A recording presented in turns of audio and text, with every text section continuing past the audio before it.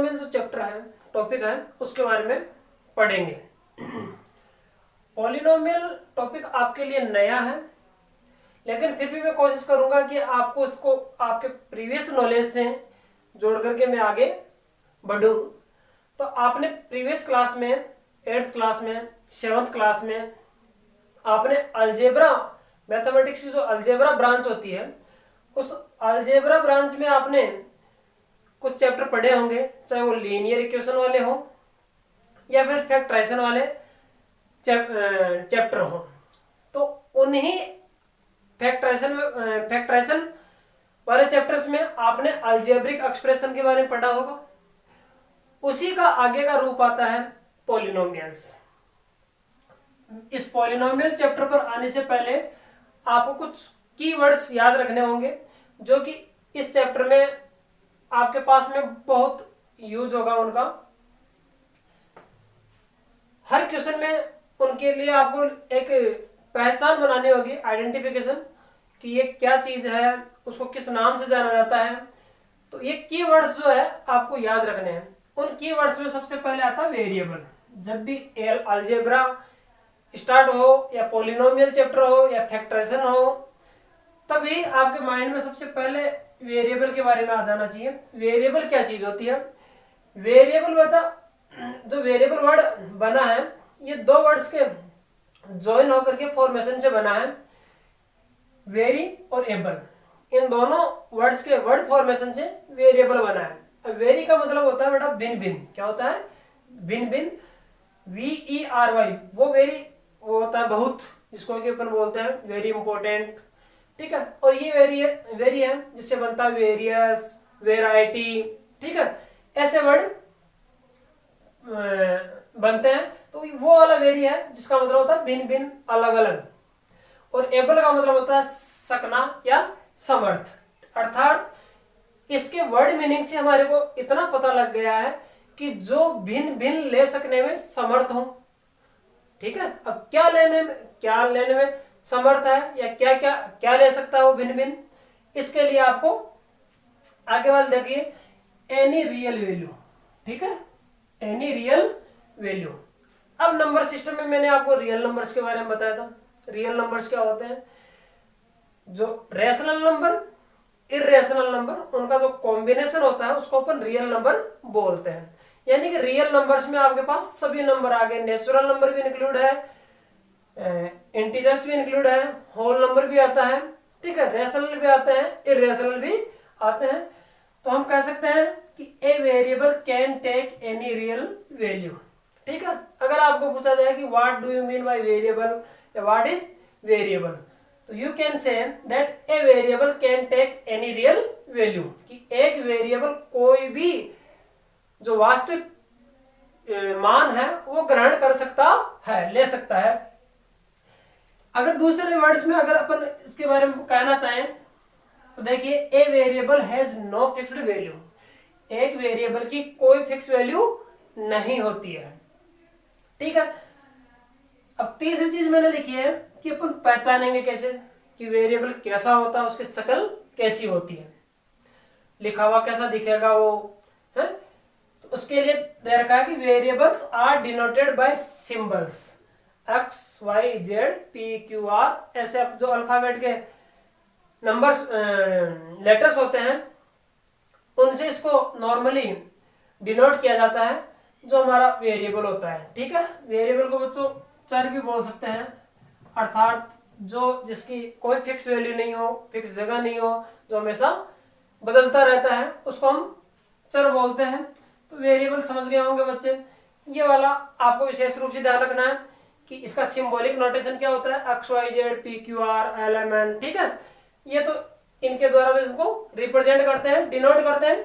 और अगर आपको इसके बारे में पूछा जाए तो आप कह देना कि कोई भी रियल वैल्यू ये ग्रहण कर सकता है वेरिएबल, इसकी कोई फिक्स वैल्यू नहीं होती है, उनको हम वेरिएबल कहते हैं, ठीक है। तो वेरिएबल के बारे में आपको समझ में आ गया होगा।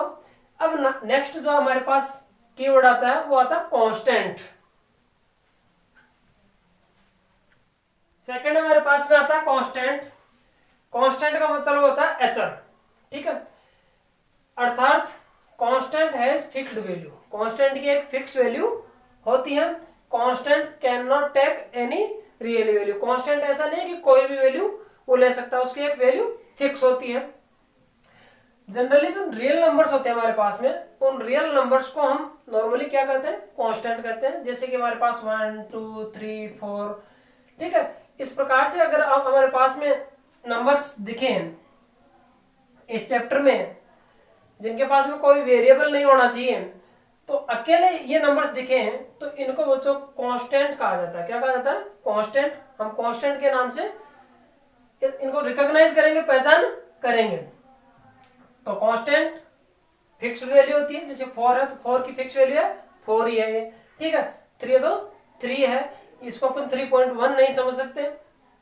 और इसी प्रकार से तो जनरल रूप से इनको कांस्टेंट माना जाता है। स्पेशल केसेस में अपन हायर क्लासेज में भी पढ़ेंगे जहां पर हम कुछ ऐसे कांस्टेंट लेटर्स मानेंगे जो जिनकी वैल्यू फिक्स होती है, वो कभी नहीं बदलती है, तो उनको भी हम कांस्टेंट कहेंगे। वहां पर मेंशन करना पड़ता है कि ये कांस्टेंट है।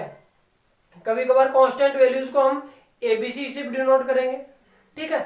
उस कंडीशन में हमारे पास एबीसी वेरिएबल नहीं होंगे, वेरिएबल नहीं होंगे, तो उसमें मेंशन किया होगा कि एबीसी कांस्टेंट है। तो कांस्टेंट की आपको इतना सा ध्यान रखना कि कांस्टेंट की जो वैल्यू होती है वो फिक्स होती है, वो कभी नहीं बदलती है, सभी जगह वही होता है, ठीक है। तो ये कांस्टेंट हो गया है।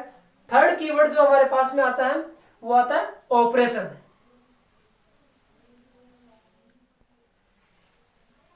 ऑपरेशन का मीन्स होता है बेटा संक्रिया, ठीक है। आपने हिंदी में क्रिया वर्ड पढ़ा होगा, इंग्लिश में वर्ब पढ़ी होगी, उसी प्रकार से मैथ्स में संक्रिया होती है। अब क्रिया कोई भी काम करते हैं अपन उसको क्रिया बोलते हैं। तो मैथ्स में भी 4 मुख्य ऑपरेशन है, देयर आर 4 मेन ऑपरेशंस, ठीक है। हायर क्लासेज में आप और भी ऑपरेशन के बारे में पढ़ेंगे। फिलहाल हमारे पास जो सिलेबस में है वो 4 ही ऑपरेशन है। इन मैथमेटिक्स एडिशन, इनमें पहला ऑपरेशन क्या होता है, एडिशन, जिसको अपन जोड़ बोलते हैं या प्लस बोलते हैं, ठीक है। इसका एडिशन का सिंबॉलिक जो नोटेशन है वो प्लस से दिखेगा। ये प्लस का साइन हमारे को ये बताएगा कि यहाँ पर कौन सी ऑपरेशन हो रहा है, एडिशन ऑपरेशन हो रहा है। सेकंड आता है सब्ट्रैक्शन, जिसका साइन होगा माइनस, ठीक है। थर्ड मल्टीप्लिकेशन होगा, जिसका ये होगा मल्टीप्लाई का साइन या इनटू जिसको अपन बोलते हैं। और थर्ड होगा डिवाइड, डिवीजन। फोर्थ जिसका ये सिंबल होगा। तो 4 ऑपरेशन होते हैं मेन रूप से मैथमेटिक्स में। तो इन ऑपरेशंस के आपको नॉलेज रखना है।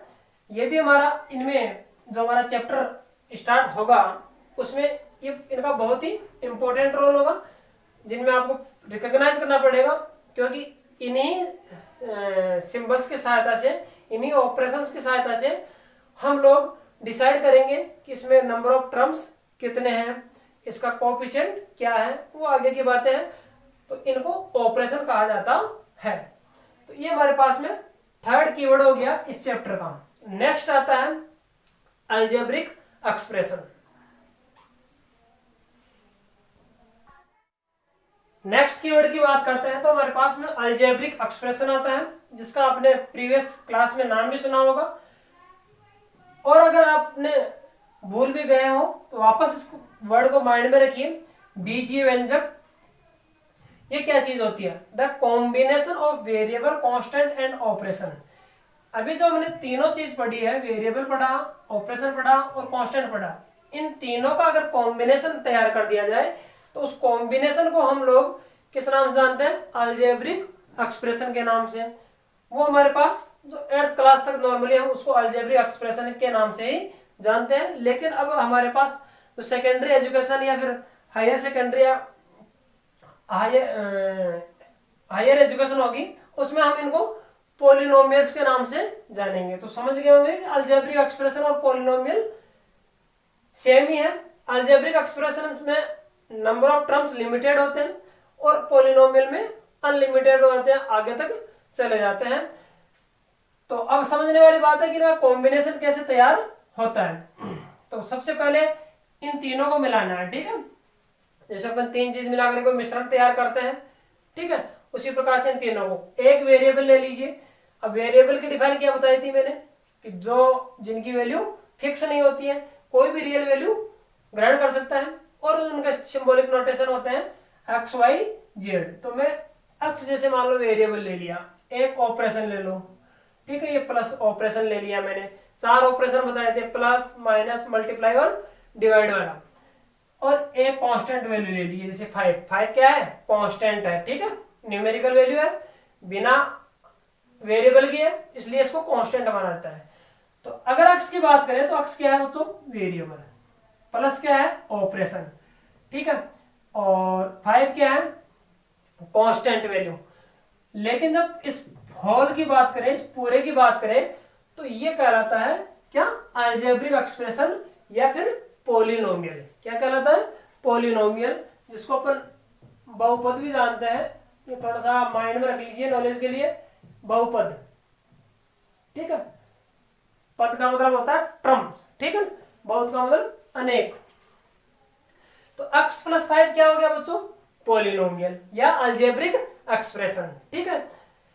इसी प्रकार से मैं अन्य एग्जांपल दे रहा हूं, जैसे मान लीजिए y ले लिया मैंने, वाई स्क्वायर, ठीक है, ये हमारा वेरिएबल हो गया।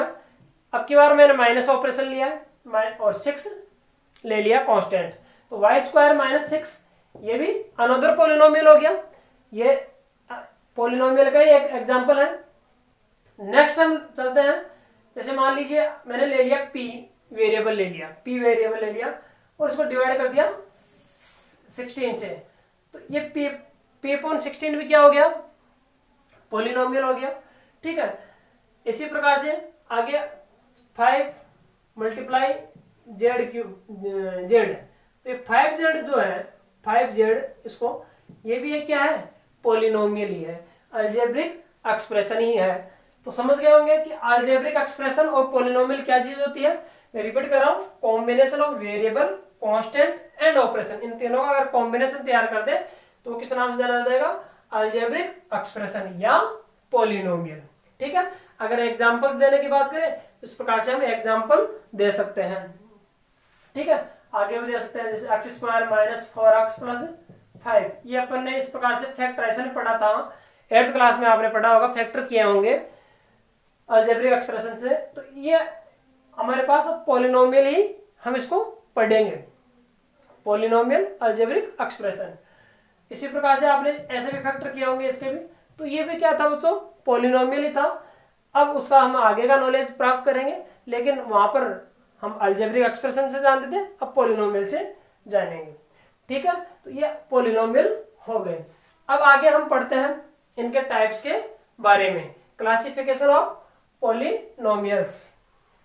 उससे पहले क्लासिफिकेशन ऑफ पॉलिनोमियल्स पर चलने से पहले आपको 2 वर्ड्स, कीवर्ड्स के बारे में और नॉलेज रखना पड़ेगा, और वो है डिग्री ऑफ द पॉलिनोमियल और टर्म एंड कोएफिशिएंट।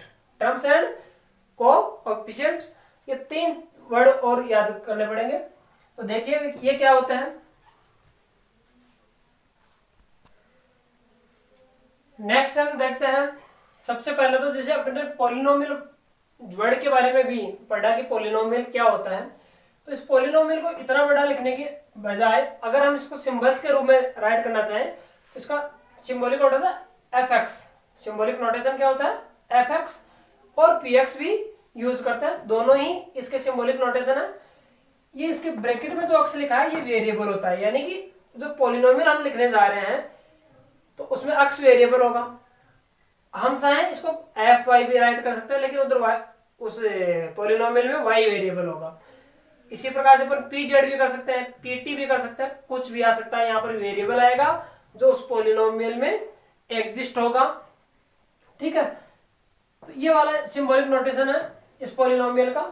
जब भी आपके सामने एफ सिंबल दिखे तो ये समझ जाना कि पॉलिनोमियल लिखा हुआ है, पी एक्स लिखा हुआ दिखे तो भी समझ जाना कि पॉलिनोमियल है।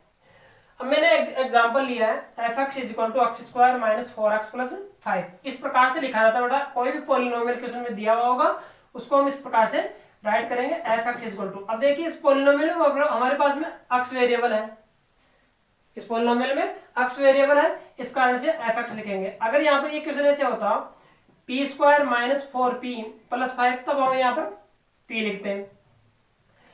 अब इस पॉलिनोमियल में से हमारे को दो चीज पहचान करनी आनी चाहिए, और थर्ड चीज होती है degree, degree of the polynomial.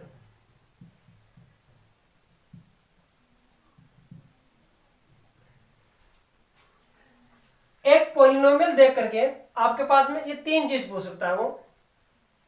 पहले तो पूछेगा कि नंबर ऑफ टर्म्स कितने हैं, ठीक है। तो बच्चों इसमें देखो नंबर ऑफ टर्म्स कितने हैं, तो नंबर ऑफ टर्म्स डिसाइड करने के लिए आपको प्लस और माइनस का साइन ही देखना है।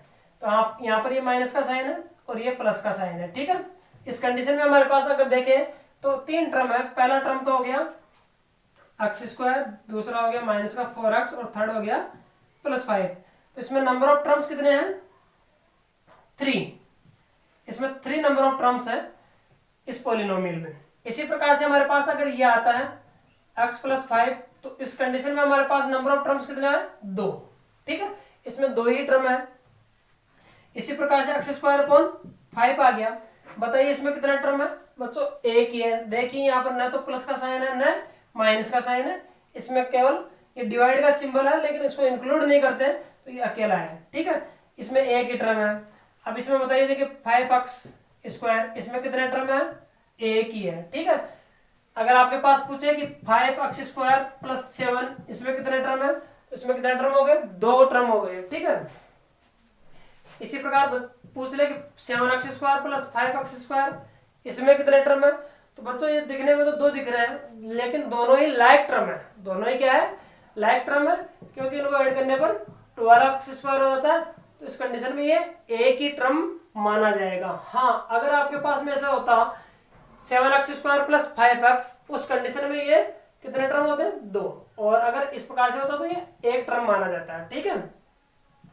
x + y + z ये आपके पास में आ गया।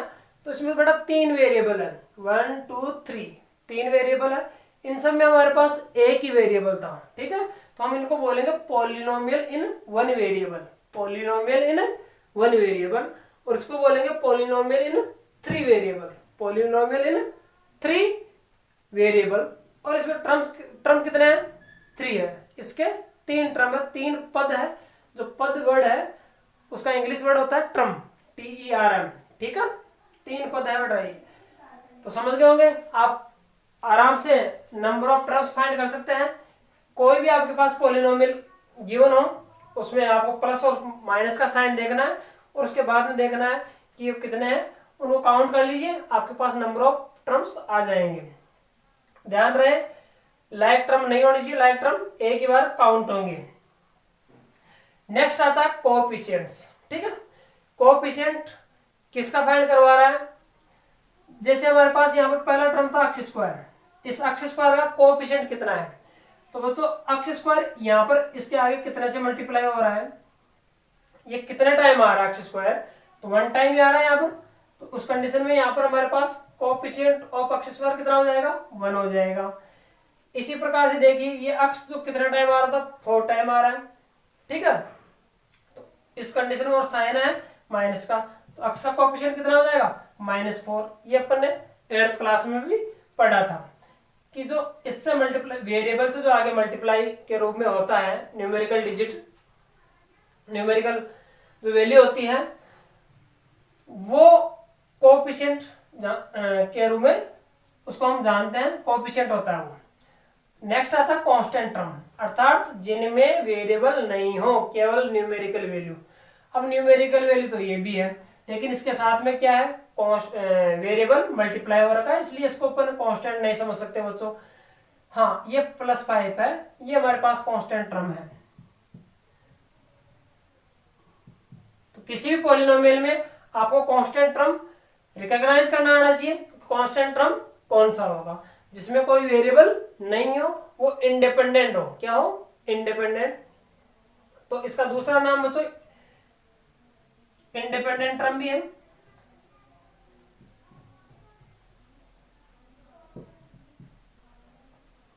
इंडिपेंडेंट टर्म यानी स्वतंत्र है, ठीक है, किसी के ऊपर डिपेंडेंट नहीं है, ये डिपेंडेंट कहलाते हैं। ये डिपेंडेंट है, जो वेरिएबल्स के ऊपर डिपेंड है, इनकी कोई फिक्स वैल्यू नहीं है बेटा। x की वैल्यू फिक्स नहीं है, कुछ भी वैल्यू हो सकती है, जबकि इसकी फिक्स वैल्यू होती है, ये इंडिपेंडेंट है, स्वतंत्र है। ठीक है, तो ये समझ गए होंगे कि कोएफिशिएंट क्या होते हैं, टर्म्स क्या होते हैं। अब थर्ड आता है degree of the polynomial. Degree of the polynomial क्या होती है, मैं इसकी डिफाइनिंग राइट करवा देता हूं। Highest power of the variable, highest power of the variable in a polynomial is known as degree of the polynomial.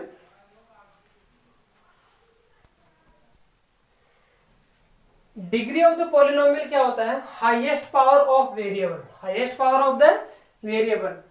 ठीक है, इस वर्ड को आप याद रखें, तुरंत आपके माइंड में डिग्री आ जाएगी। ठीक है, ऑफ द पॉलिनोमियल अर्थात जो आपको गिवन होगा, गिवन पॉलिनोमियल होगा, उस गिवन पॉलिनोमियल में जो वेरिएबल होगा उस वेरिएबल की हाईएस्ट पावर होनी जो होगी वो क्या कहलाती है, डिग्री ऑफ द पॉलिनोमियल।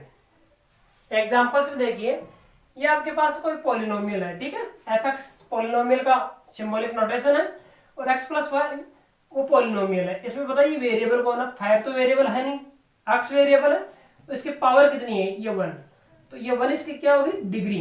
तो ये जो पॉलिनोमियल है इसकी डिग्री कितनी होगी बच्चों, 1 होगी। ठीक है, इसी प्रकार से यहाँ पर देखिए इस पॉलिनोमियल में हमारे पास में वेरिएबल का एक्स, वेरिएबल एक्स है ये और ये दो जगह राइट किया हुआ है। अब यहाँ पर इसकी पावर 2 है और यहाँ पर इसकी पावर 1 है।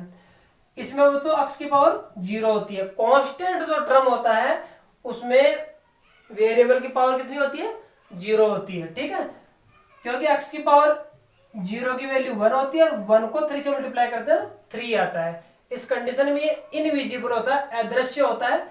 अदरवाइज इस कांस्टेंट टर्म में भी एक्स आता है लेकिन उसकी पावर 0 होने के कारण वो इनविजिबल होता है। तो जब भी कहे कि कांस्टेंट टर्म की डिग्री कितनी होती है तो आपको बताना है 0। लेकिन फिलहाल इसमें देखिए, इसमें हमारे पास में यहाँ एक्स की पावर 2 है, यहाँ एक्स की पावर 1 है, यहाँ एक्स की पावर 0 है, तो इसकी डिग्री कितनी हो जाएगी, हाईएस्ट पावर कौन सी इनमें से, तीनों में से, ये 2, तो ये 2 इसकी डिग्री होगी। इसी प्रकार से ये देखिए, इसमें आपके पास 4 टर्म दिए हुए हैं इस पॉलिनोमियल में। इसमें 2 टर्म थे बेटा, इसमें 3 टर्म वाला पॉलिनोमियल है और ये 4 टर्म वाला पॉलिनोमियल है। ठीक है, अब आप में से कई सोच रहे होंगे कि ये 4 कहाँ हो गए, ये तीनों तो लाइक ही है ना। बेटा लाइक टर्म कौन से होते हैं, वेरिएबल सेम हो, पावर सेम हो, तब जाकर के उनको लाइक कहा जाता है। इनमें वेरिएबल सेम है, पावर सेम नहीं है, इसलिए लाइक टर्म नहीं है। तो हमारे पास में 4 टर्म है ये, यहाँ एक्स की पावर 3 है, एक्स की पावर 2 है, यहाँ एक्स की पावर 1 है, यहाँ एक्स की पावर 0 है, तो इसलिए हाईएस्ट पावर कौन सी हो गई, 3। तो इसकी डिग्री भी कितनी हो जाएगी, 3। तो हाईएस्ट पावर को ही हम डिग्री ऑफ द पॉलिनोमियल के नाम से जानते हैं। तो आपको कोई भी पॉलिनोमियल गिवन हो जाए उसकी आप डिग्री फाइंड कर सकते हो। तो आज के इस ऑनलाइन क्लास में आपको इन कीवर्ड्स के बारे में याद रखना है। आगे हम पढ़ते हैं क्लासिफिकेशन ऑफ पॉलिनोमियल्स।